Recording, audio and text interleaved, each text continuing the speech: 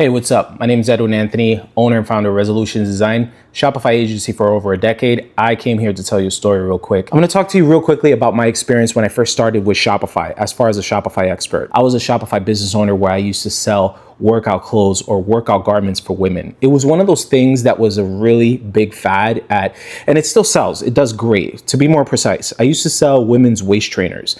You guys remember like the whole Kim Kardashian thing where she was like rocking these waist trainers? If you don't know, ask your wife, ask your girlfriend, but this happened probably like 13 years ago where it was a huge success. Everybody was rocking them because Kim Kardashian was rocking them. What it did is that it made your waist silhouette, and women still like it today. Like that's still popping, but it was huge back then, especially when Kim Kardashian was doing her thing. So what ended up happening was that I realized, you guys remember the hoverboards? You remember when the hoverboards were like super popular? Everybody was buying a hoverboard, especially from Europe, and then it came to the United States. And then after that, the fad was those fidget spinners. Everybody and the mother had a fidget spinner, right? And so it was selling like hot pancakes. Well, I missed those waves. Those waves, I was about to start a business like that, and I just missed it, right? I saw it go up in sales, and then I saw it peak, and then I saw the sales go down, and then all of a sudden it was just like whatever, right? So I saw those two waves, and I was like, oh, next time there's a fad that comes out, I need to jump on it. I don't care what it is, right? As long as it's legal, of course.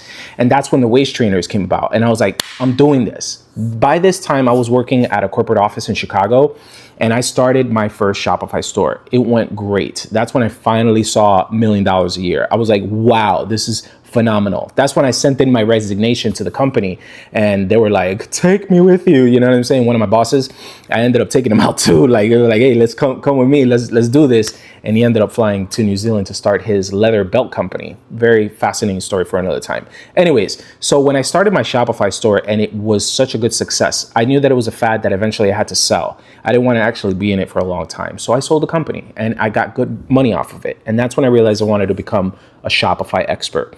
From there, I used that money in order to resource me being a Shopify expert, right? And this is how it started. I went on Fiverr, and on Fiverr, I lasted probably like about 2 months. And the reason I did only 2 months there is because I wanted to invoice myself. I didn't want Fiverr to take some of my money. I wanted to keep the invoicing myself. And I did not want to spend a whole month waiting for my money, for them to actually cash in. I wanted to use my money to grow the business, right? Instead of waiting for them. And they also got in the mix of trying to put terms, and they try to referee the whole thing between you and the client. And that became somehow abusive in a way. So that's why I was like, all right, with Fiverr, I'm not going to deal with them anymore. Let me just step out and just do my thing, right?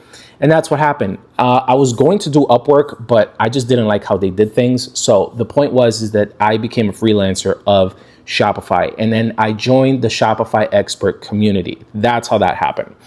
When I first joined Shopify Experts, it was such an amazing experience from the beginning, because once I established my website presentation as a business and also a Shopify Experts directory, which by the way, you can still see it. I have tons of reviews, 5-star reviews there. It was very pleasant. They assigned me a manager at the time, where this manager would make sure that I'm following their guidelines. It was a nice relationship at the beginning. It was very, very nice.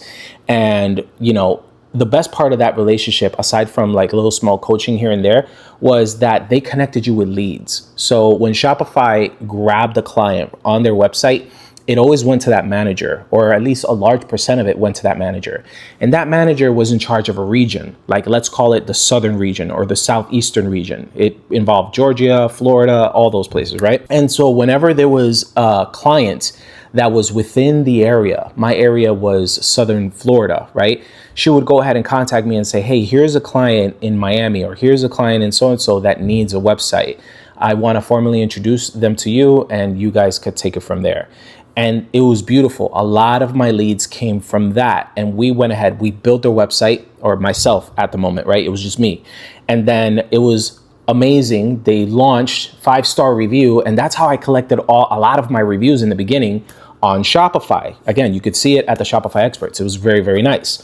So business is going great. I didn't have to rely on Fiverr anymore. I never had to sign up to Upwork. It was beautiful until one day I got a devastating email from my manager saying, Edwin, they're removing my position here. And I was like, oh no. And she's like, yeah, they're removing positions here. They're not going to continue with this management relationship with Shopify Experts. From here on out, they're doing a directory, right? Where Shopify is going to go ahead and gather or kind of like automate all of these leads and disperse them out automatically to the experts that they see fit. And I was like, okay, great, but wow, it really sucks that I lose this relationship with you, because not only did I learn so much from Shopify, right? You guys helped me fine tune myself to be a great Shopify expert. And look at all these reviews that came out of that. That synergy just worked out tremendously. And so she had to leave, and then I did more research as to why that happened, and here's what happened. It seems like at that point, Shopify wanted to prioritize Shopify Plus. For those who don't know what Shopify Plus is, Shopify Plus is the enterprise plan. You're not paying like $37.99 a month. No, you're paying like $2,000 to $3,000 a month. And you have to sign up for a 1-year commitment where you're just paying that. And it's meant for like those big solutions. I think Kim Kardashian's Skim line or something like that, they're part of it. Like huge brands are part of Shopify Plus. Anyways, the point is that those managers were now just exclusively assigned to experts that were Shopify Plus. That's when I said, all right, let's go ahead and do Shopify Plus. And so I grabbed a few clients, converted old clients that were paying Shopify. I converted them into Shopify Plus. And then I was looking at the requirements in order to be a Shopify Plus expert. And that's where the problem hit. Remember, it was just me at this time, and I had evolved my business into hiring people overseas or hiring people that were remote, rather in the United States or overseas. It was a mixture of remote jobs. But this was the thing for many businesses. And Shopify had the strict rule that you could not be a Shopify Plus expert unless you have a physical location. And get this, they have to come visit you. This was at the time, right? And they had to see your people working, and they had to see how you were structured before they said, okay, you're a Shopify Plus expert. I thought that process was very harsh, because then what's the point of me converting clients into Shopify Plus? What was that effort? What did it resolve to, right? It gave Shopify a lot of money, but it didn't really recognize me as a Shopify Plus expert because I didn't qualify for having an office, right, with people that are actively working. I'm like, why do you guys think like this? I was like, all right, whatever, water under the bridge. Moving forward, they established the Shopify Plus directory, which exists today, but it's horrible. It's just absolutely horrible. But at the time, it did work. Let me show you. So what happened back then was that if you wanted to search for a Shopify expert, all of the Shopify experts were based on reviews, like whoever had the most freshest reviews and high reviews, but most importantly, based on your city, regional location. Business owners love that. They love that because they like connecting with people who are close to them, because it establishes relationships and the capability of you to get on the phone and say, hey, let's go out to lunch, or come meet me at my office, or let me visit you at your office, and establish a very nice, intimate business relationship so that you guys could work together. That worked perfectly for a small amount of time. I was getting leads left and right based off of that platform system. And I don't know who inside of Shopify decided to say, let's just revamp this. We're going to do things differently now. Here's what happened. Shopify all of a sudden wanted to get involved in the whole process. They were like, well, we should create an invoicing platform where Shopify experts, if they're going to work with the merchants, we need to get involved in that, right? They need to invoice. Since we're matchmaking them, we need to invoice that process. And guess what? They take a piece of the pie. So eventually they wanted to do the same thing that Fiverr does, right? Where every activity that occurs between the merchant and the expert, they wanted a piece of the pie too, along with whatever taxation and then the payment process and all that stuff. And I was just like, yikes, this is not good, because I already have a contract commitment with my payment processor and I can't break that contract. And so Shopify is now forcing me to do that. At what expense? You ready for this? At the expense that if you want to continue with the Shopify Experts program and be a part of their directory, they want you to practice that. Otherwise, no leads. They're not going to push any more leads for you. And I was just like, wait a second, hold on, whoa.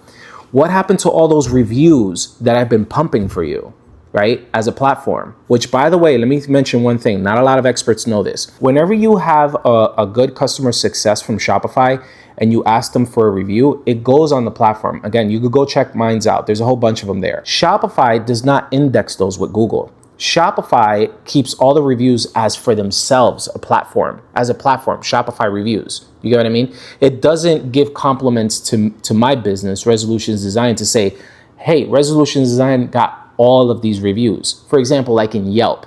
Yelp, if they put reviews on Yelp, it'll share it on SEO, right? When you type up, whatever the business is, it'll show up that Yelp is giving you a boost.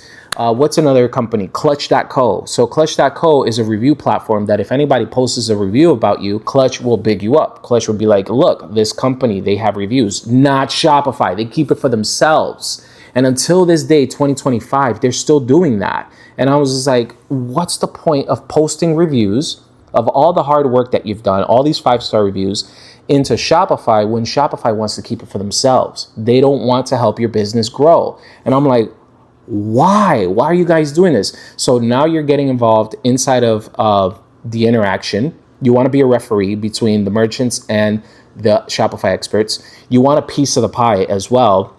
And then the reviews, you want to be stingy about it. You don't want to actually share it with the business for SEO so that that business can grow too, or recognition. A lot of things are changing here. There's more. There's so much more as time progresses, okay? So now moving forward, they went ahead and they disrupted that platform. Now we're not getting leads anymore because we're not using that platform. Do you remember when I told you earlier that anytime they would matchmake you, they would matchmake you with a customer that's local within your city? That's not happening anymore. If a merchant wants to hire a Shopify expert, all of the people that are in there are for the entire United States. So they're mixing all the experts all together, right? Everyone, okay? And then as far as the priority list is not based on reviews anymore. If you go to the Shopify experts directory and you type that you want somebody to help you on your storefront, on page 1, you will easily see somebody who only got like 3 or 5 stars at page 1.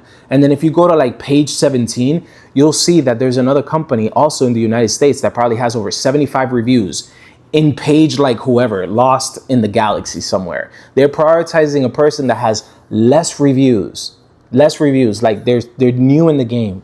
They probably only done a few clients, not so much of an expert, right? And they're putting them on page 1. And you want to know what their philosophy is? They're like, well, we want to give everybody a fair chance and all this and that and the third. No, you don't. No, you don't. You see, here's what's happening.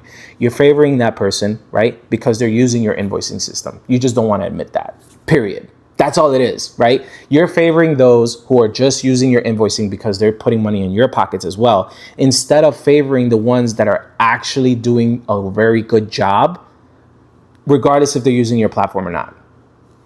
That's all it is, right? And that's where I feel that it's wrong. Okay, so the experts directory is totally messed up. There's a community on Slack that has been complaining about this type of stuff for years, but this community on Slack is mostly derived of app developers. So along the years, I've noticed that Shopify values more app developers than actually Shopify experts, the people who actually build the websites for the clients. Because if you go on the Slack, you'll notice that that community is so huge. If you're an app developer, you know what I'm talking about. Their community is huge. They're very active. They talk a lot. And Shopify also announces so much news for the app developers and so much features. And I'm like, wow, what happened to the experts? What happened to the Shopify experts? You'll see a little small segment of just maybe like a few people there and they barely talk. And I'm like, they just don't care anymore about the experts. They used to when they first started. When Shopify first came out, oh yeah, Shopify experts all day, right? But now that they have a reputation, now that they don't need Shopify experts, they're like app developers. And it's like, okay, so what happened to us? What happened? I don't know. Anyways, now here is my opinion as far as where all of the Shopify experts eventually where it's going. I think that eventually Shopify is going to hire their own developers where they have their own team of designs or developers, and they're going to like eventually start eliminating all other third-party developers, and they're going to try to keep things in-house where let's say if there's a merchant that wants their website built, rather than giving that lead to a Shopify experts, they're going to want to do it themselves, and then Shopify charges what they want to charge and then go out to them. Why do I say that? Well, because remember, they made this matchmaking system and they wanted to get data. They want to see how much these Shopify experts are charging for what type of service, whether if it's a small tweak, whether if it's a full-blown web design, or full-blown SEO or full-blown this, full-blown that. They're getting data, and they collaborate all this data so that they could say, okay, let's go ahead and hire our people, right? We're going to hire all people, rather if it's from overseas or whatever that case may be, and we're going to try to solve it for them. We're going to try to solve this solution, and we're going to cut these guys out, and we're just going to handle it ourselves.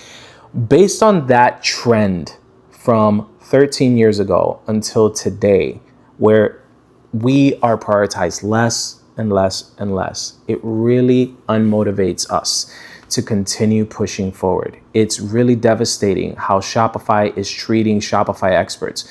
Don't get me wrong, there's some Shopify experts that are thriving and they're doing well, but they're following that system, which personally to me is horrible for businesses. I think that they should allow us to continue with the original ecosystem and just allow us to connect personally with these businesses, rather than, if you're a local business, they're going to connect you with somebody who claims that they're from the United States, but they're really from India. Look, if you guys want to be Shopify experts and you're brand new to this, I don't discourage you. I have just one strong advice for all of those Shopify experts. I don't care what level you're in. Hear me out. Do not post your reviews on Shopify. Don't. Those reviews are not yours. They belong to Shopify. They could do whatever with it. It's not permanently yours. What I recommend instead, look into clutch.co. Establish a profile in clutch.co. Yes, there's bigger money in clutch.co. In other words, projects don't go for like $100 or anything like that. They go in the thousands, like 10,000, 50,000. Like, they're huge numbers. But they have a system where they really validate the reviews. Not anybody could just go ahead and post a review about you there. And it can't be like a bot or anything like that. It can't be fake. They actually call the customer and they're like, yo, so tell us the experience as to what happened with Edwin. Oh yeah, Edwin, this and this and that. And they make sure that you have a LinkedIn account. Like, if you're a business owner, how do you not have a LinkedIn account? You have to have a LinkedIn account. But aside from that, I am sharing these tips with you so that you could grow as a business, so that when you get a review and they're solid reviews, that those reviews stay with you for the entire lifetime of your business. Your hard work is very valuable. And that's why I'm sharing this with you guys. Not to create a ramp and to say I hate Shopify or anything like that. We still cater to Shopify. We help many businesses with Shopify.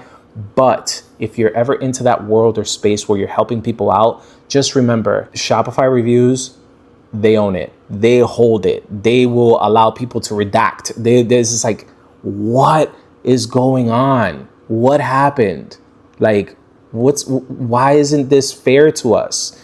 And so that's my advice to you guys. Also, when it comes to like getting new clients for Shopify, you could just leave down in the comments if you want to hear me give you tips as to how you could obtain new clients. That's just a whole different ballgame. But I hope that this information helps for those, especially starting off with Shopify experts, or if you guys want to be freelancers with Shopify. This information, I wish I would have known this many years ago.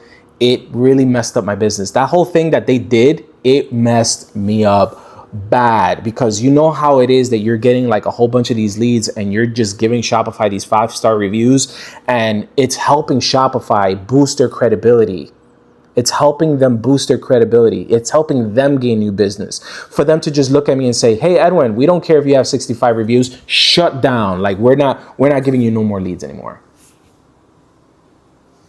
Man, if you're an attorney watching this, let me know if I got a case, because this is horrible. But anyways, it's not that my business has sank. You know, we've continued with our business and we've helped many, many entrepreneurs and many clients. But it's just sad that regardless of all the hard work you do, you have to start from scratch all over again, as if you're a brand noob. I hope this helped. Let me know down in the comments what you think. And if you have any questions, of course, smash that like button, because it helps me push more content like this. Without you smashing the like button and putting some comments, it's very difficult for my video to actually get spread for the rest of you guys, okay?